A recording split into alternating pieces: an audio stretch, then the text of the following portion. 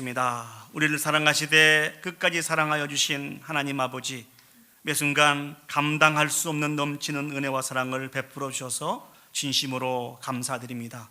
이 시간 베푸신 은혜를 기억하며 귀한 예물과 우리의 신앙 고백을 담아서 감사한 마음으로 아버지 앞에 올려드립니다. 하나님, 영광 받아 주시옵소서. 특별히 하나님, 오직 하나님만이 우리의 인생을 인도해 주심을 기억하며 오늘 예배에 나올 때 간절한 소망을 가지고 나온 성도들 있습니다.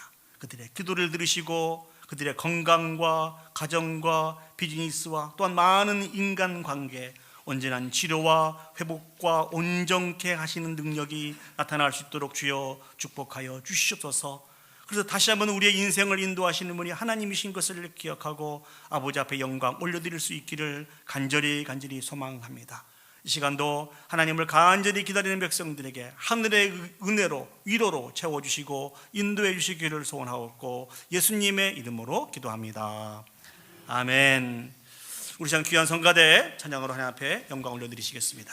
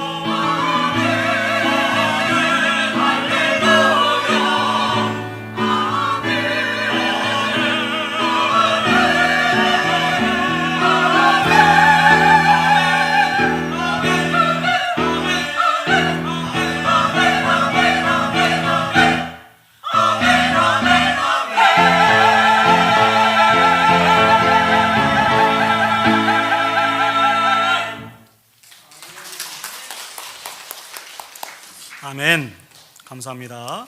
오늘 이 시간 저에게 주신 하나님의 말씀 보시겠습니다. 하나님의 말씀 신약성경 요한복음 4장 43절에서 54절까지의 말씀입니다. 다 같이 자리에 일어서셔서 저에게 주신 하나님의 말씀을 받도록 하겠습니다. 제가 봉독해 드리겠습니다. 요한복음 4장 43절에서 54절까지의 말씀입니다.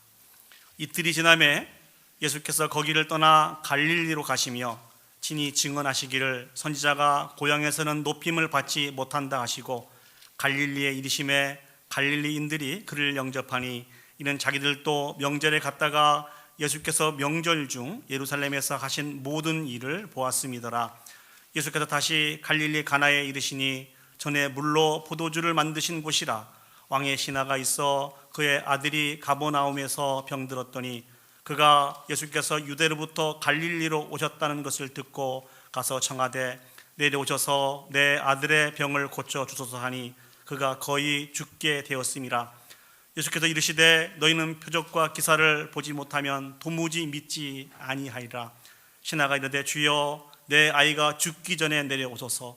예수께서 이르시되 가라 내 아들이 살아 있다 하시니 그 사람이 예수께서 하신 말씀을 믿고 가더니 내려가는 길에서 그 종들이 오다가 만나서 아이가 살아있다 하거늘 그 낫기 시작한 때를 물은즉 어제 7시에 열기가 떨어졌나이다 하는지라.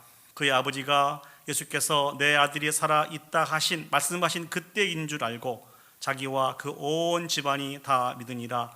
이것은 예수께서 유대에서 갈릴리로 오신 후에 행하신 두 번째 표적이니라.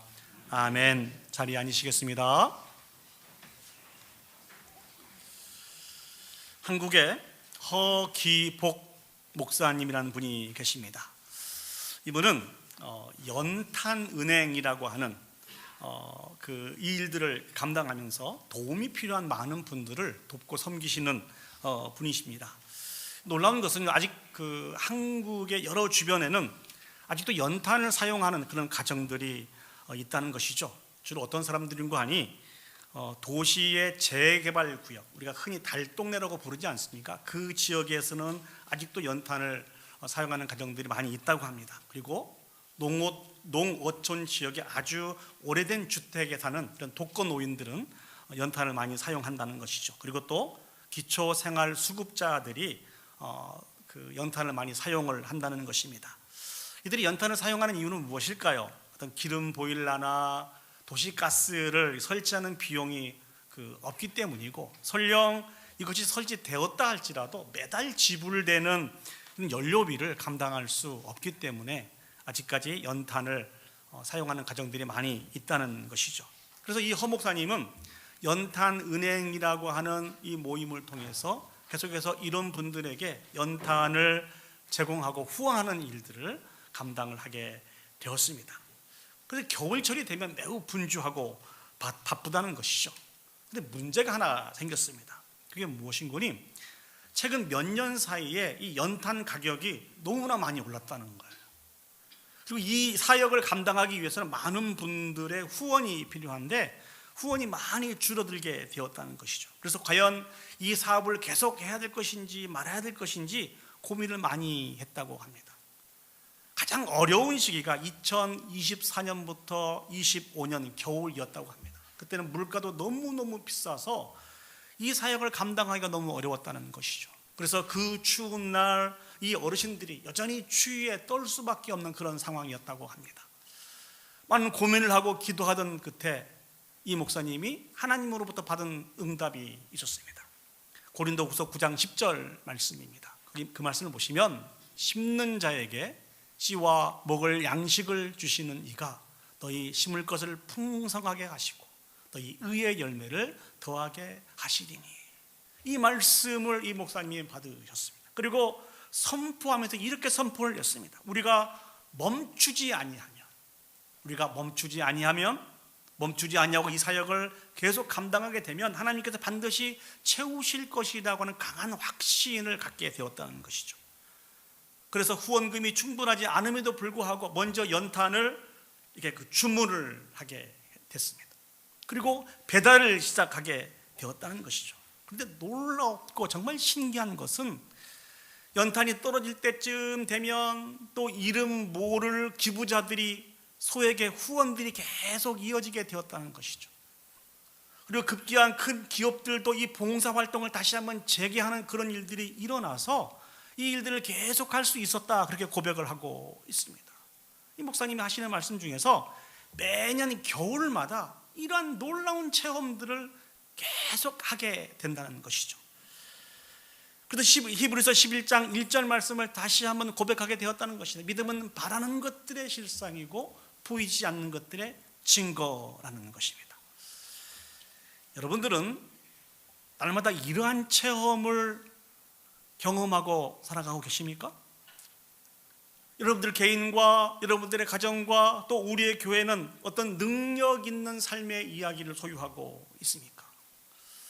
혹시 이런 능력 있는 삶에 대한 이야기가 성경에 가득하고 많은 우리의 신앙의 선배들과 동역자들이 여러 가지 모양으로 간증하고 있음에도 불구하고 우리는 체험해보지 못하고 있는 것은 아닌가요?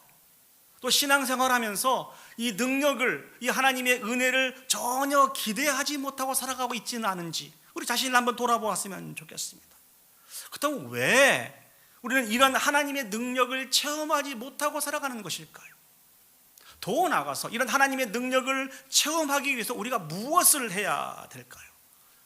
오늘 본문의 말씀을 통해서 도전을 받을 수 있는 저와 여러분들이 되었으면 좋겠습니다. 오늘 성경을 보시면 예수님께서 이제 지난주에 이르기까지 사마리아의 여인을 만나서 교제하고 천국 복음을 증거했던 그 부분들을 저희들이 묵상했지 않습니까? 이제 그 사마리아 지역을 떠나서 예수님의 고향인 갈릴리로 가시는 장면이 오늘 본문에 등장을 합니다. 그런데 그때 아주 의미심장한 말씀을 하세요. 요한복음 4장 44절 말씀을 보시죠. 친히 증언하시기를 선지자가 고향에서는 높임을 받지 못한다 하시고. 선지자는 누구입니까? 하나님께서 하나님의 말씀을 어떤 개인과 가정과 공동체와 나라와 민족에게 그 말씀을 증거하시기 위해서 택함을 받은 사람들이 선지자입니다. 그래서 많은 사람들은 이 선지자를 아주 존경했습니다. 더군다나 선지자가 찾아와서 입술을 열어서 선포한 그 말씀을 두려움을 가지고 바라보았어. 과연 축복의 말씀을 주실 것인지 아니면 징계와 저주의 말씀을 주실 건지, 때로는 기대를 하면서 때로는 큰 두려움으로 선지자들을 그렇게 대하기도 했다는 것입니다.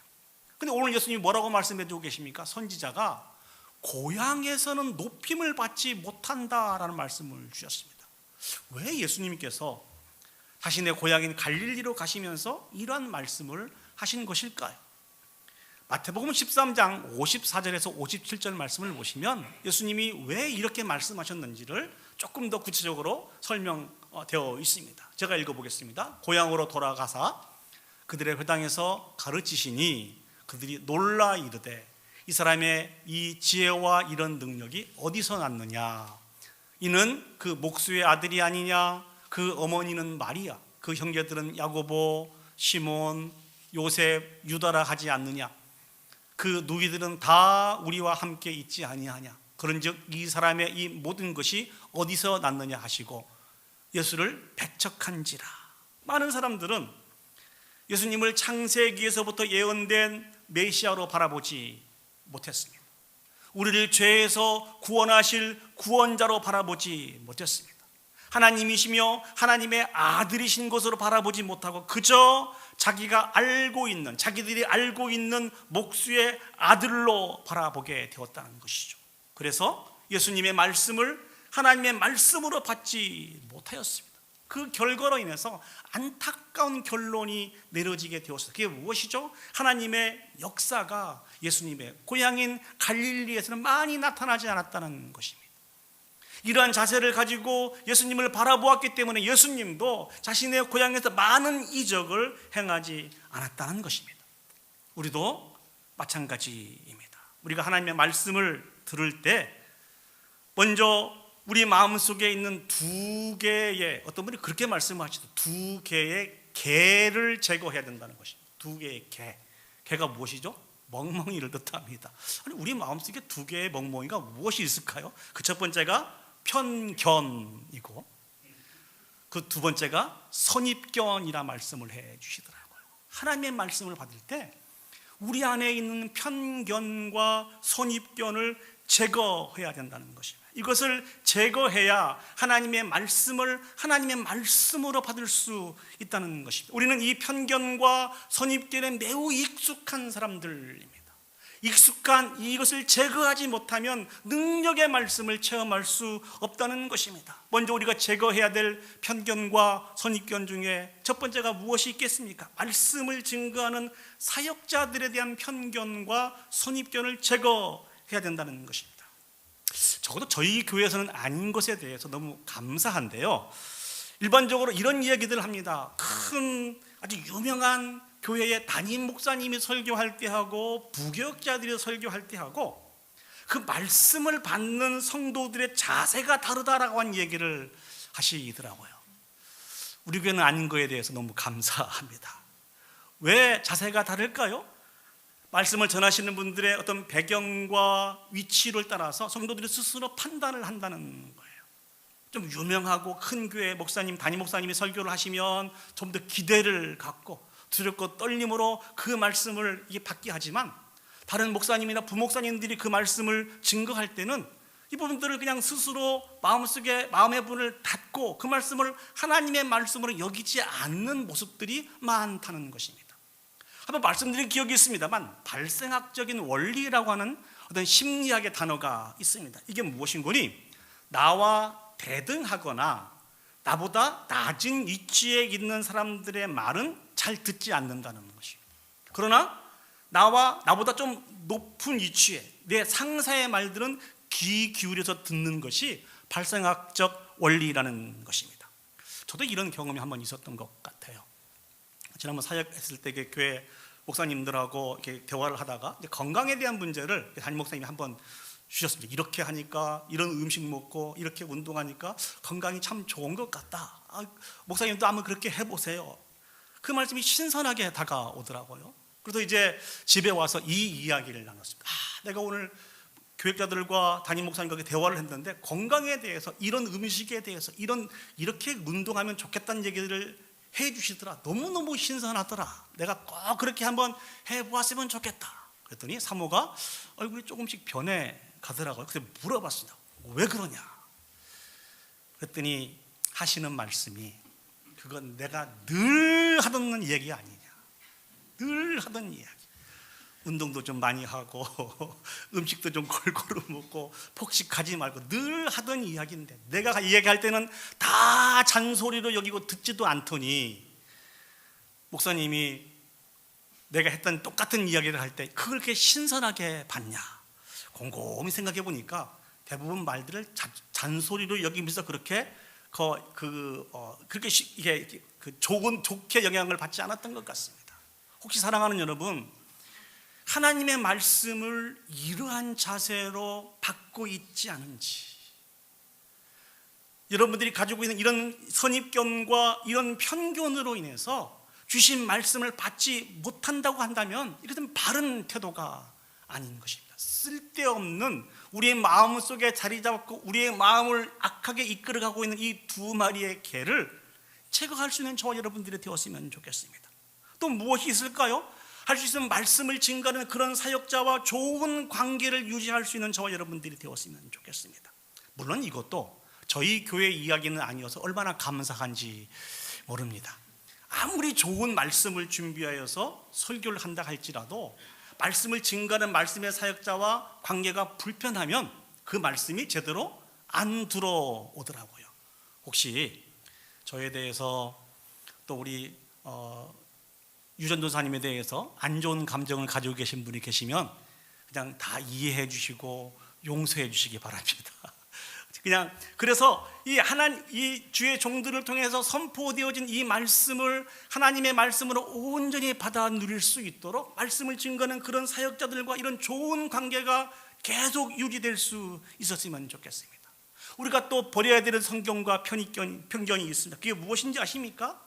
내가 알고 있는 말씀들을 다 내려놓아야 한다는 것이죠. 말씀을 증거하는 사역자들이 성경 본문을 가지고 강대상에 딱 서서 선포할 때 말씀의 제목과 말씀을 쭉 보면서 이건 내가 아는 말씀이야. 익히 아는 말씀이야. 이 부분들은 내가 목사님보다 더 설명을 잘할 수 있어 라고 하고 닫힌 마음을 갖고 있으면 우리는 하나님의 은혜를 받아 누리지 못하게 된다는 것입니다. 저와 여러분들은 내가 알고 있는 하나님의 말씀을 기다리며 살아가는 사람들이 아니고요, 오늘 우리에게 말씀하시는 하나님의 말씀을 기다리며 살아가는 사람들입니다. 저에게 설교학을 가르쳐 주신 교수님이 주셨던 말씀이 늘 제 마음속에 새기고 있습니다. 그게 무슨 말씀인 거니? 설교를 하기 위해서 택한 그 설교의 본문을 마치 내가 처음 그 본문을 대한다고 하는 그런 마음으로 처음부터 끝까지 몇 번이고 묵상하면서 그 말씀을 통해서 주는 교훈을 통해서 은혜를 받으라고 말씀해 주고 계십니다. 사랑하는 여러분, 여러분들에게도 동일한 도전을 드리기를 원합니다. 하나님의 말씀으로 온전히 받을 수 있도록 여러분이 가지고 있는 선입견과 편견을, 우리에게 익숙한 이 부분들을 제거할 수 있었으면 좋겠습니다. 그러면 우리는 비로소 하나님의 음성을 듣게 됩니다. 그러면 우리는 다시 한번 우리 가운데 말씀을 통한 놀라운 역사를 체험하게 될 것입니다. 그래서 우리는 승리할 수 있습니다. 우리 가운데 익숙해져 있지만 이 불필요한 것들을 제거함으로 말미암아 주님 주신 기쁨과 평안과 안식을 받아 누리시기를 예수님의 이름으로 축복합니다. 두 번째 우리가 생각해 볼 말씀이 있습니다. 오늘 본문을 다시 보시면 예수님께서 갈릴리 가나에 이르시게 돼요. 근데 이미 갈릴리에 있는 사람들도 예수님에 대한 소식을 많이 듣게 되었습니다. 예수님께서 6월절에 예루살렘에서 행하신 그 이적들에 대한 소식을 많이 듣게 되었습니다. 그런데 안타깝게도 예수님이 구체적으로 6월절에 어떠한 이적들을 행했는지에 대해서는 성경에 자세히 기록이 되어 있지 않습니다. 그냥 이렇게 예수님이 6월절에 예루살렘에서 많은 이적을 행하였다라고만 기록이 되어 있습니다. 무슨 이적들을 행하셨을까요? 아마 다른 성경에도 기록되었던 다른 지역에서도 행했던 많은 이적들을 행하셨을 것입니다. 병자들을 고치게 되고 귀신 들린 자를 고치시기도 하시고 천국 복음을 증거하시고 가르치셨던 이 많은 사역들을 아마 그 소식들을 듣게 되었을 거예요. 그래서 갈릴리에 있는 많은 사람들이 예수님을 영접하게 됩니다. 근데 오늘 성경을 보니까 그 중에 왕의 신하가 예수님을 찾아오게 되었습니다. 왕의 신하가 예수님을 찾아온 이유가 무엇일까요? 자신의 아들이 병들어 죽어가고 있었습니다. 그래서 그 예수님 앞에 나와서 간절히 자신의 아들을 고쳐주기를 요청하고 있는 것입니다. 그런데 예수님이 좀 엉뚱한 말씀을 하십니다. 요한복음 4장 48절 말씀을 보시죠.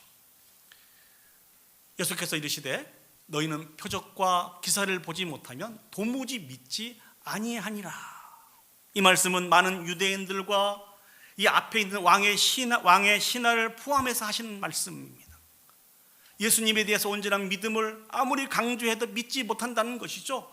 표적과 기사를 봐야만 이 예수님에 대한 온전한 믿음을 소유한다고 하면서 지금 책망을 하고 있는 것입니다. 이런 책망을 듣고 책망 속에서 왕의 신하가 했던 말이 무엇입니까? 49절 말씀을 보시죠. 신하가 이르되 주여 내 아이가 죽기 전에 내려오소서. 예수님으로부터 책망을 받긴 받았지만 그럼에도 불구하고 이 왕의 신하 가운데는 믿음이 있었습니다. 그게 무슨 믿음인 거니? 예수님이 오시면, 저 예수라고 하면 자신의 아들을 충분히 고칠 수 있을 것이라고 하는 그런 믿음이 있어서 책망을 받았음에도 불구하고 계속 예수님께 간청을 하고 있는 거예요. 제발 예수님 오셔서 내 아들을 살려주십시오. 고쳐주십시오. 예수님이 오셔서 하시면 충분히 나을 수 있을 것 같습니다. 이러한 간청을 들으시고 예수님께서 하신 일이 무엇입니까? 50절 말씀을 보시죠. 예수께서 이르시되 가라 내 아들이 살아있다 하시니. 아마 이 왕의 신하는 이런 기도를 했을지 모릅니다. 예수님이 저희 집에 오셔서 병들어 죽어가고 있는 우리 아들을 만지시고 병의 근원들을 제거해 주시면 우리 아들이 살 수 있을 것 같습니다. 근데 예수님은 그 왕의 신하의 집에 가지 않고 저 말씀만 하세요. 내 아들이 살아있다라는 것입니다. 놀라운 것은 이 예수님의 말씀에 왕의 신하가 그 다음 행동을 어떻게 했느냐입니다. 그 사람이 예수께서 하신 말씀을 믿고 가더니, 다시 한번요, 그 사람이 예수께서 하신 말씀을 믿고 가더니, 내 아들이 살아있다 말씀하신 이 말씀을 듣고 그 말씀에 대한 믿음을 가졌다는 것입니다. 어떤 믿음이죠? 그 말씀처럼 우리 아들이 살아나게 될 것이다, 회복되게 될 것이라고 하는 이 믿음을 가지고 이제 이 말씀이 어떻게 귀하고 아름답게 열매를 맺혀 짓는가를 확인하기 위해서 집으로 갔다라고 기록하고 있습니다. 그런데 집으로 돌아오는 길에 자신의 집에서 종들이 자신을 만나기 위해서 온 그 종들을 만나게 되었습니다. 종들이 전해준 소식은 두 가지가 아니었겠습니까? 그 첫 번째는 안타깝게도 죽게 되었습니다. 이 소식이든지 아니면 아들이 완전히 다 나았을, 이 두 가지 소식 외에는 다른 소식이 없었을 거 아닙니까? 그런데 이 종들이 전해준 소식이 무엇입니까? 51절 말씀을 보시죠. 내려가는 길에서 그 종들이 오다가 만나서 아이가 살아있다 하거늘, 아이가 온전히 회복되었음을, 이 좋은 소식을 듣게 되었어요. 정말 반가운 소식이었어요. 그 뒤에 이 왕의 신하가 행한 일이 있습니다. 그게 무엇입니까? 우리 53절 말씀을 보시죠. 그의 아버지가 예수께서 내 아들이 살아있다 말씀하신 그때인 줄 알고 자기와 그 온 집안이 다 믿으니라. 이 아버지가 어떤 일들을 행했습니까? 언제 이 아들이 낫게 되었는지 시간을 확인하게 되었습니다. 그래서 그 종들이 이야기했던 그 시간과 예수님이 내 아들이 살아있다라고 말씀하신 그 시간이 동일한 시간인 것을 알게 되었습니다. 깨닫게 된 것이죠. 얼마나 놀라웠겠습니까?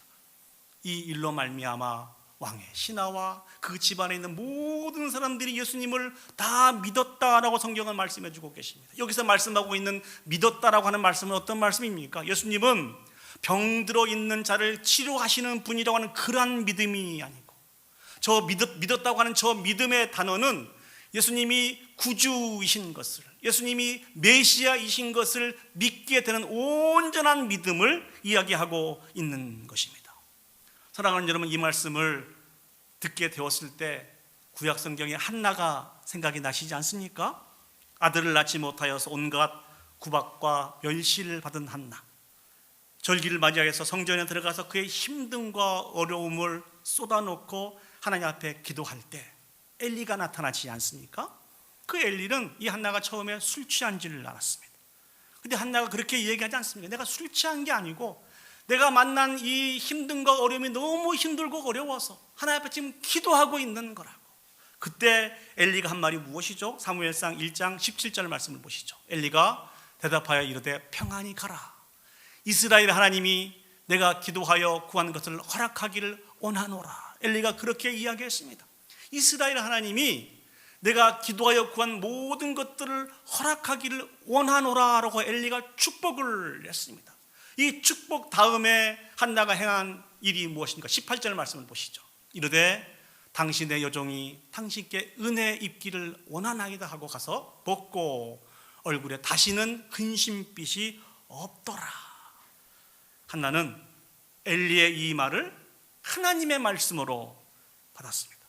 분명한 확신을 가지고 다시는 얼굴에 근심빛을 갖지 않고, 근심이 없으면 어떤 얼굴이었을까요? 기쁨과 즐거움의 얼굴로 남은 인생을 살아가게 되었다는 것이죠.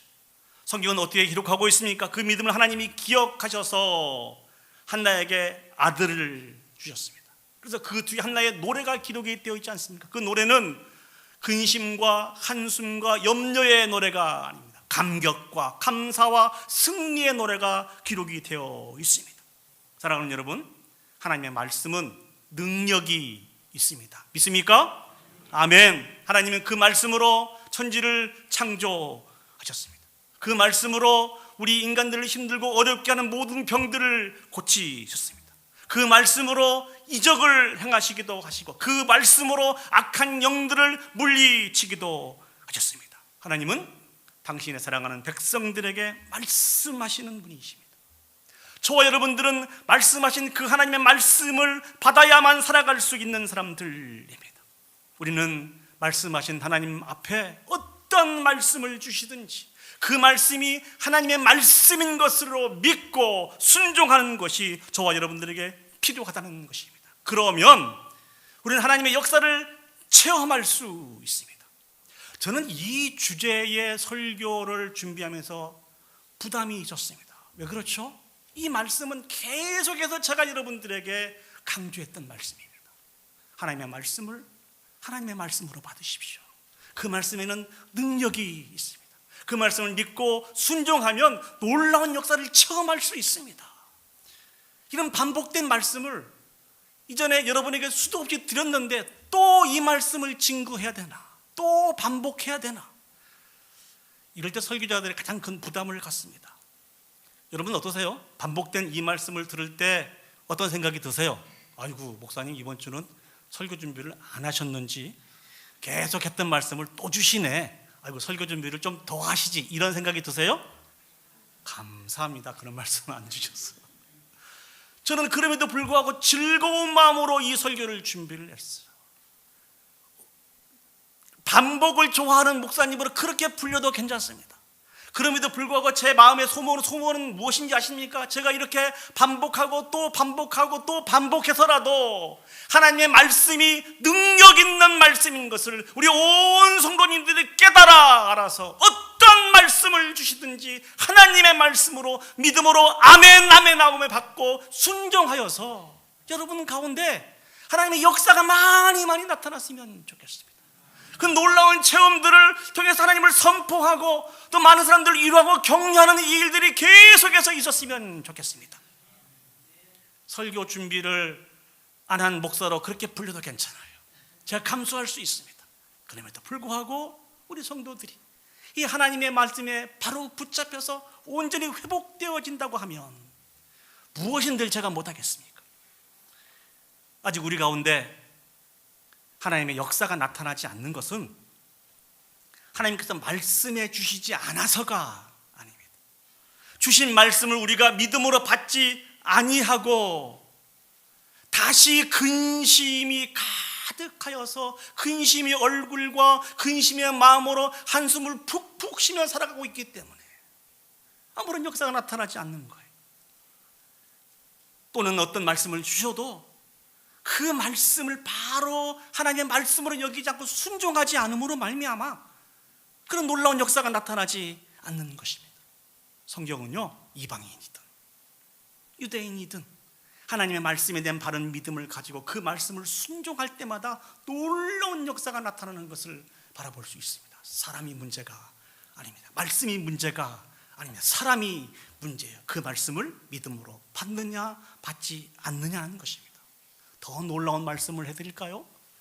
많은 학자들은 오늘 왕의 이 신화를 유대인으로 보지 않고 이방인으로 보는 신화들이 많이 있습니다. 이방인이라 할지라도 하나님의 말씀을 믿음으로 받으면 놀라운 역사가 나타난다는 것이죠.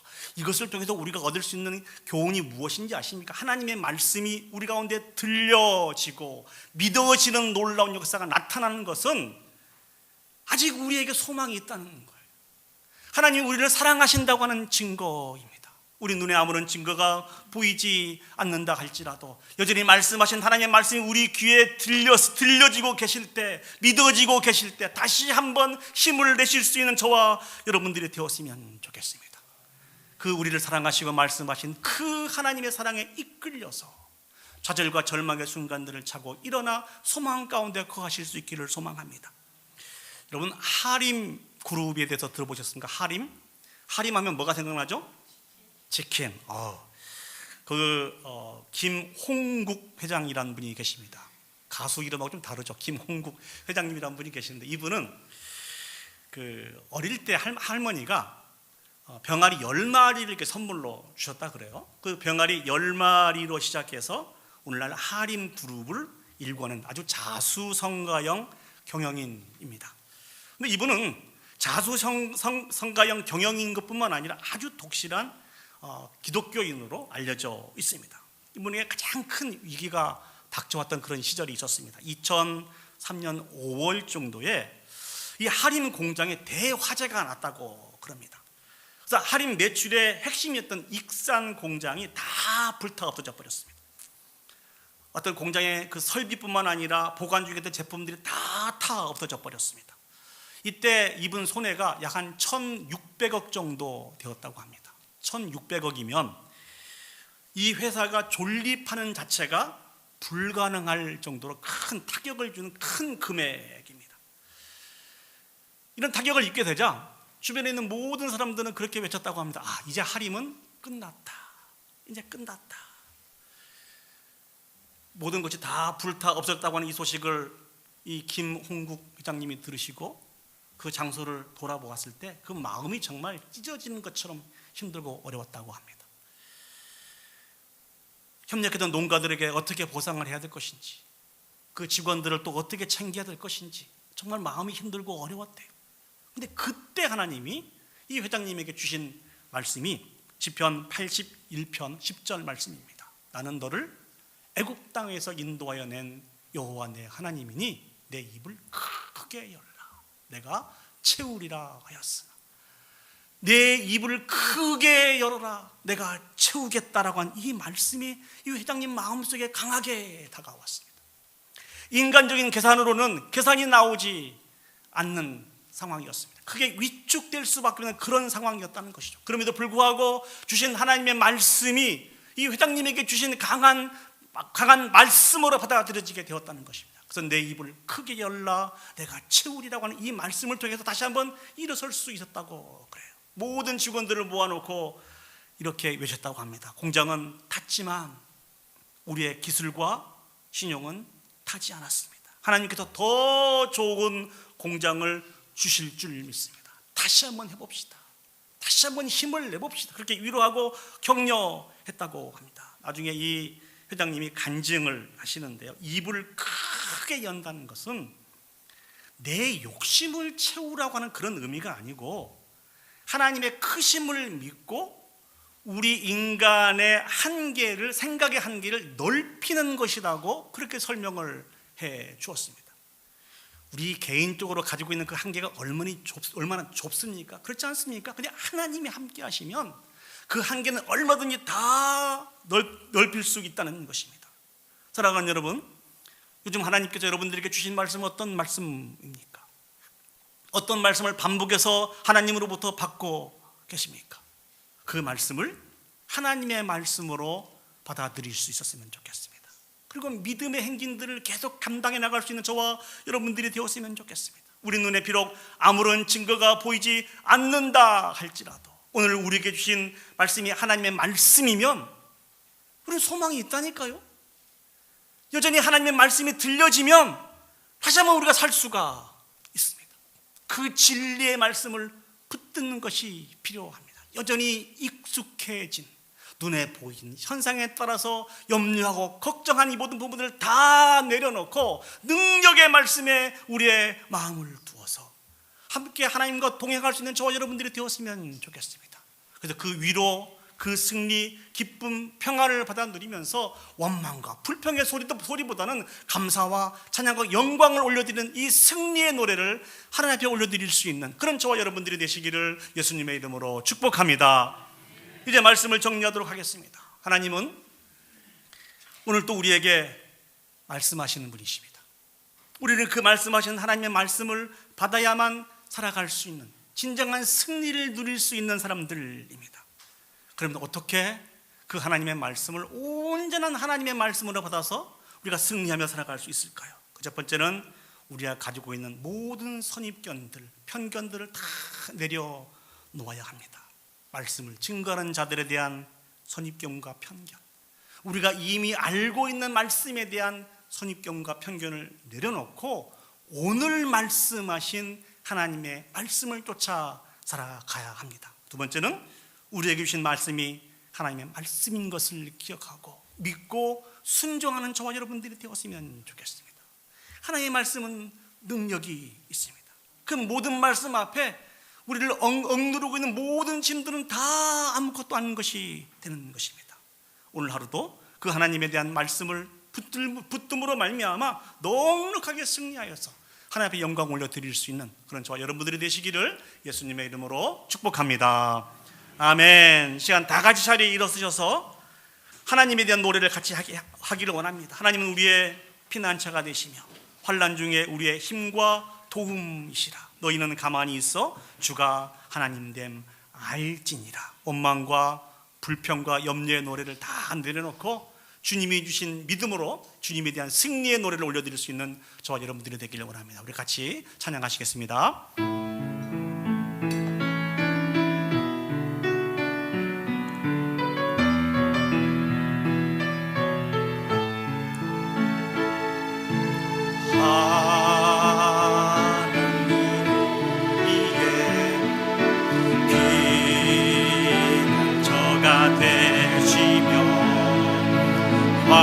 환난 중에 우리의 힘과 다시 한번 하시겠습니다. 하나님은 우리의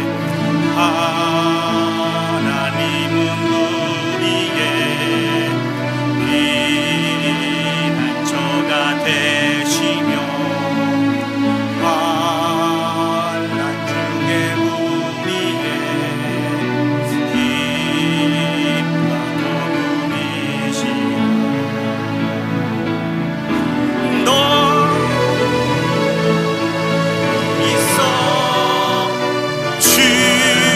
하나님 내 말지어다. 열방과 세계 가운데 주가 높임을 받으니 사랑합니다 내 아버지. 사랑합니다 내 아버지. 찬양합니다 내 온 맘 다하여 선포합니다 주님 오심을. 너희는 가만히 있어. 다시 한번 하겠습니다. 너희는 가만 주가 하나님 내 말지어다.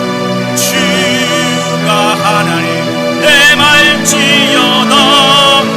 열방과 세계 가운데 주가 높임을 받을 사랑합니다 내 아버지. 사랑합니다 내 아버지. 찬양합니다 내 온 맘 다하여 선포합니다 예수 그리스도. 주님 오심을 기다리며 이 시간 다 같이 눈을 감으시고 주신 말씀과 올려드린 찬양을 기억하시면서 결단의 기도를 올려드리도록 하겠습니다. 능력 있는 삶들을 살아가기 위해서는 우리에게 주신 하나님의 말씀을 하나님의 말씀으로 받아들일 줄 알아야 됩니다. 그러기 위해서는 여전히 우리 마음을 잡고 있는 선입견과 편견을 내려놓아야 됩니다. 어떤 선입견이 어떤 편견이 여러분들의 마음을 붙잡고 있어서 주신 말씀을 충분히 받아들이지 못하도록 방해하고 있습니까?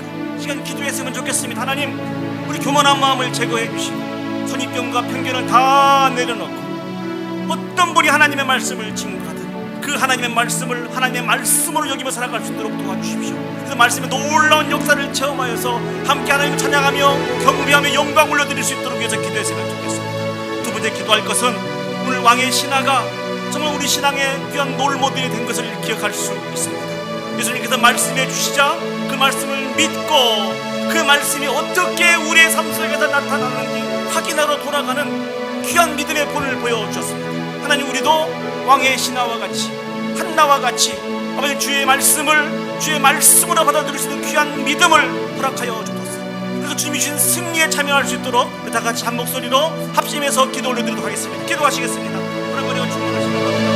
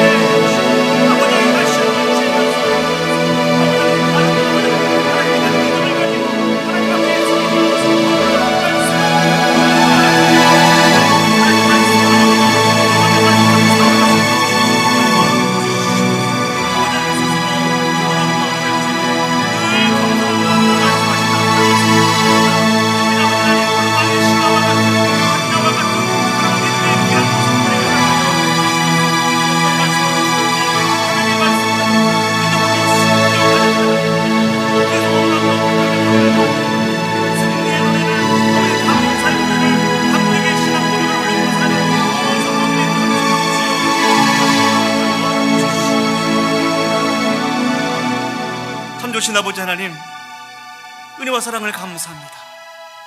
우리를 사랑하여 주셔서 하나님의 말씀을 받아야만 살아가는 존재인 것을 기억하시기에 오늘 또 끊임없이 말씀해 주셨는데, 우리가 스스로 교만한 자가 되어서 많은 선입견과 편견을 가지고 하나님의 말씀을 온전히 받아들이지 못하고 살아감을 고백합니다. 아버지 하나님, 예수님 당시에 유대인이 오늘날 우리의 모습인 것을 기억합니다. 우리의 모든 죄와 허물들을 용서해 주시고 교만함으로 죄의 열매로 말미암아 생긴 편견과 선입견을 다 내려놓고 어떤 분이 어떤 하나님의 말씀을 증거하든지 그 말씀을 아멘으로 화답할 수 있는 우리 온 성도들이 되어줄 수 있도록 주여 축복하여 주시옵소서.